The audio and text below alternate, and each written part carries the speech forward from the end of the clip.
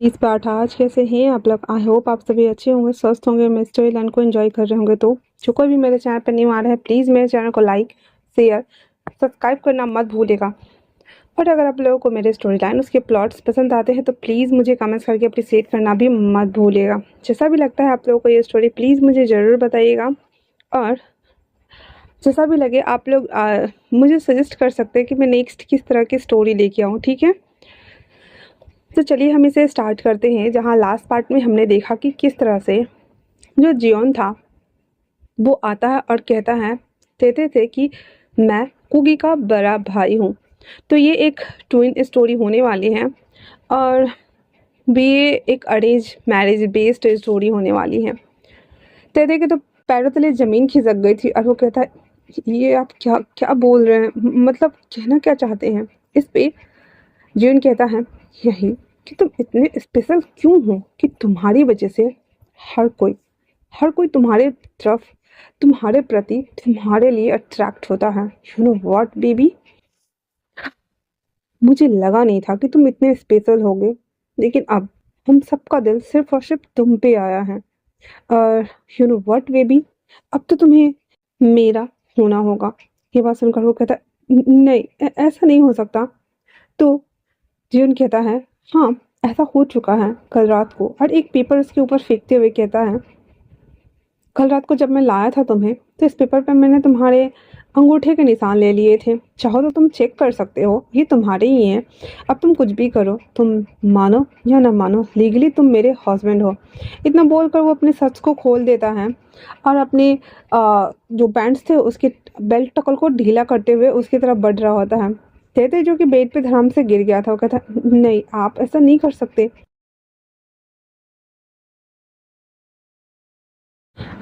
वो धीरे धीरे उसके ऊपर आ रहा होता है, लेकिन तेते पीछे पीछे बेड की तरफ जा रहा होता है। वो दोबारा से लड़खड़ाते हुए कहता है नहीं आप ऐसा नहीं कर सकते।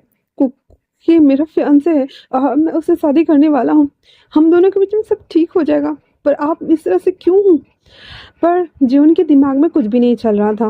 वो उसके टांगों को खींच के पकड़ते हुए बेड के किनारे लाता है और उसको एक पैर से पलट देता है।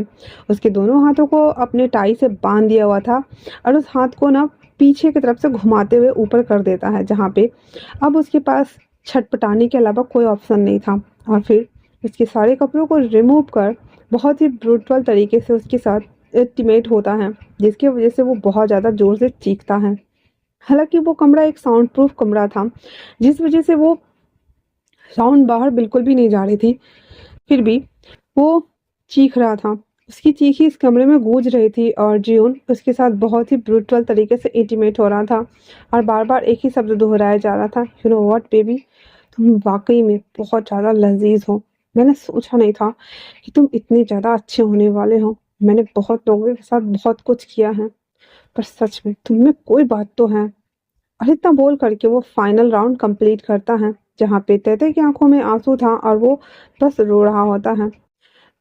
जून अपने आप को सेटिस्फाइड कराने के बाद उसके अंदर से बाहर आता है और फिर उसके ऊपर टिश्यू पेपर थ्रो करते हुए कहता है खुद को क्लीन करो, फैमिली वालों से तुम्हें मिलाने लेके जाना है, उन्हें इंट्रो तो कराना है कि मेरा हस्बैंड कौन है।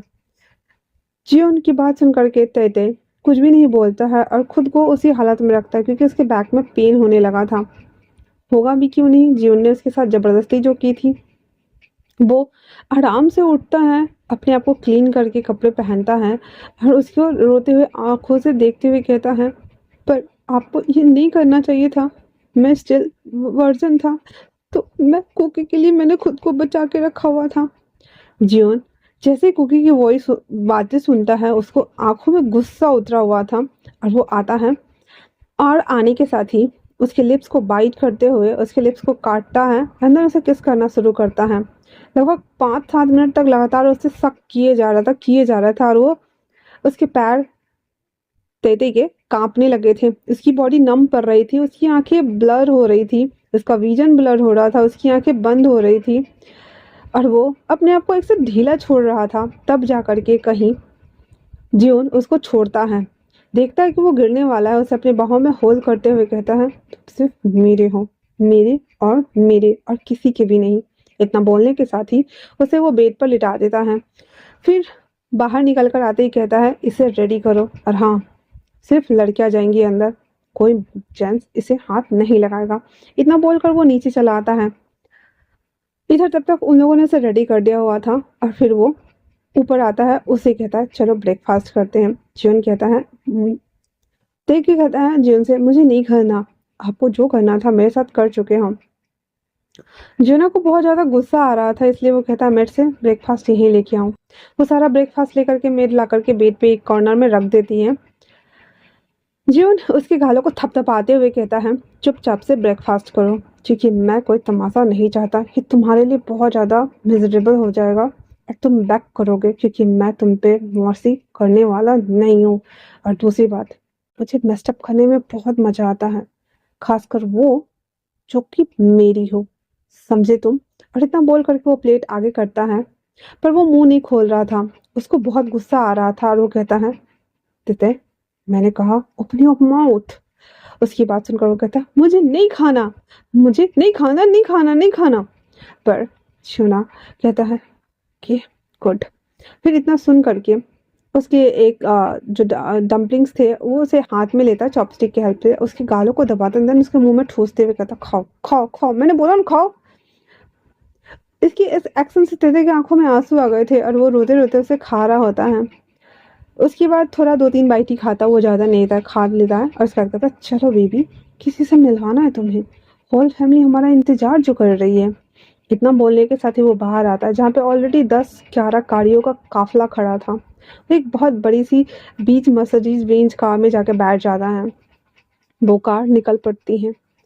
इस जंगल से होते हुए लगभग 2.5 घंटे का सफर करते हुए वो सियोल आती है। सियोल आने के बाद एक ह्यूज से मेंशन के सामने में आती है, जहाँ पे उस कार को देखते ही गेट कीपर डोर को ओपन कर देता है। सारे कारें अंदर आ जाती हैं। एक दरवाना आकर के कार ओपन करता है। सबसे पहले तो उसमें से जियोन बाहर आता है, फिर दूसरी तरफ से वो आकर के तहते को अपने हाथ देते हुए कहता है कम यहाँ बेबी। उसकी कोल्ड डीप वॉइस सुन करके तो तेते के प्राण पखेरे ऑलरेडी उड़े हुए थे। फिर वो बाहर आ जाता है और आने के साथ ही उसके साथ चलना स्टार्ट कर देता है। अंदर आने के साथ ही जब वहाँ देखता है कि वहाँ पे mister Kim and Mrs Kim, I mean की तेते के मॉम डैड, फिर वहाँ पे कुकी और कुकी के मॉम डैड बैठे हुए थे, जिमिना, यूनमिन और आरएम सारे बैठे हुए थे वहाँ पे।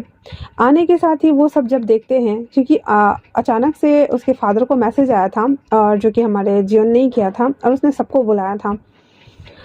तो उन दोनों को आते हुए देखते हैं, तो सबसे पहले तो जिमिना भाग के आता और कहता है तुम कहाँ थे 2 दिन से, हाँ। और उसे गले लग जाता है।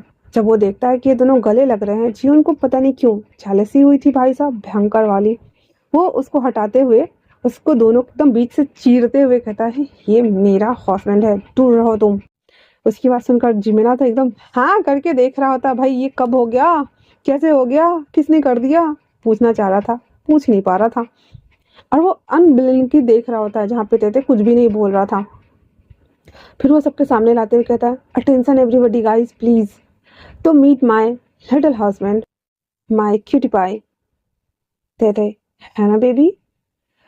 वो सुन करके तेते बस उसको देख रहा होता, जिसकी आंखों में आंसू भरे हुए थे।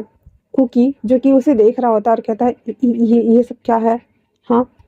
तो तेते कहता है तुमने मुझसे शादी करने से मना कर दिया, इसलिए मैंने तुम्हारे भाई से कर लिया, दैट्स इट। कुकी कहता है हम दोनों एंगेज्ड हो चुके हैं, तो तुम मना करने वाले होते कौन हो, हाँ। तो तेते कहता है अच्छा, शादी वाले दिन तुम ही भाग गए थे ना।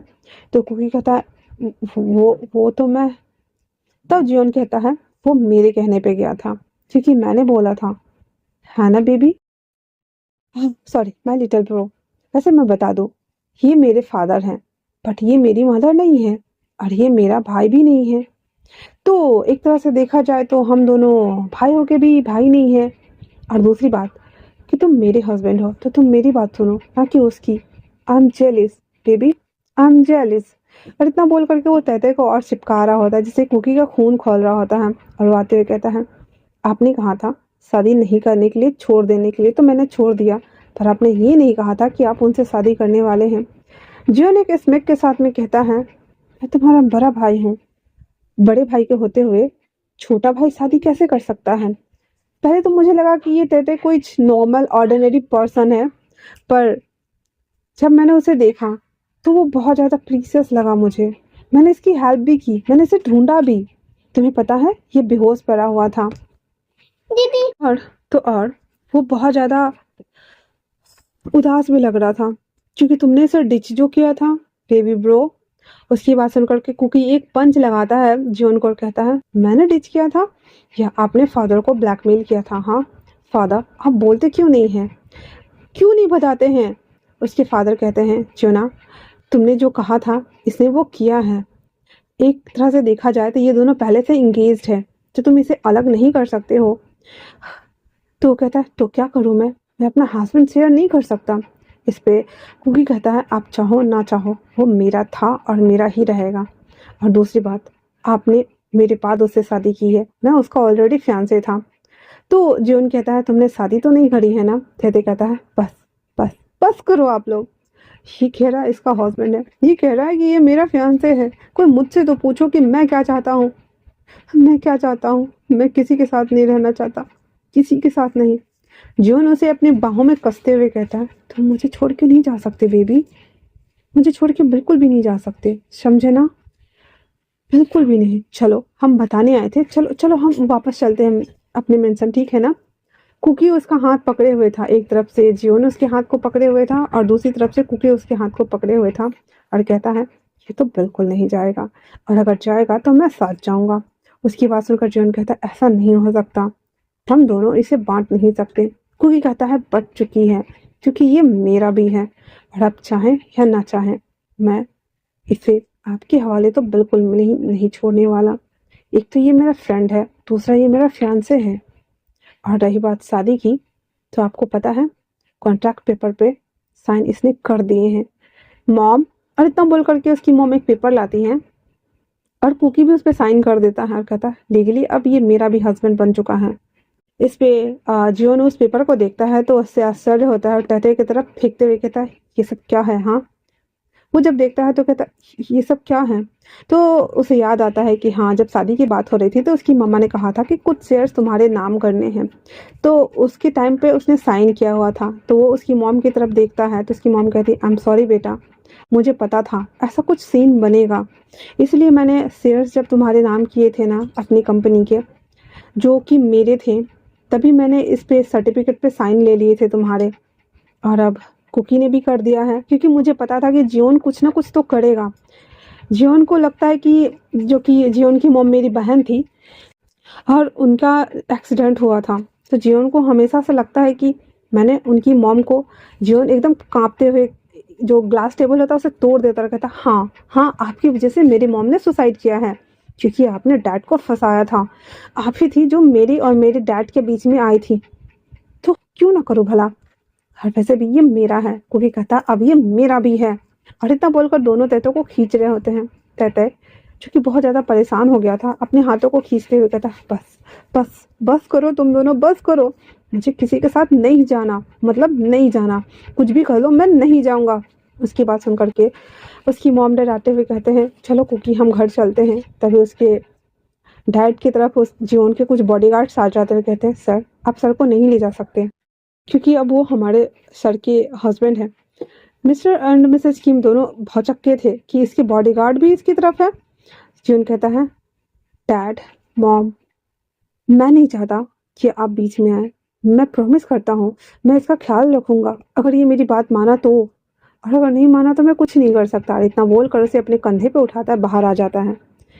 कुकी भी उसके पीछे आता है और कार के डोर पे था और कहता है, मैं भी चलूंगा आपके साथ क्योंकि ये जहाँ रहेगा वहाँ मैं भी रहूंगा। जून कहता है, तुम मेरे साथ मेरे पैलेस में नहीं रह सकते। यू नो व्हाट, मेरे टुकड़ों पे पलने का तुम्हें शौक है क्या?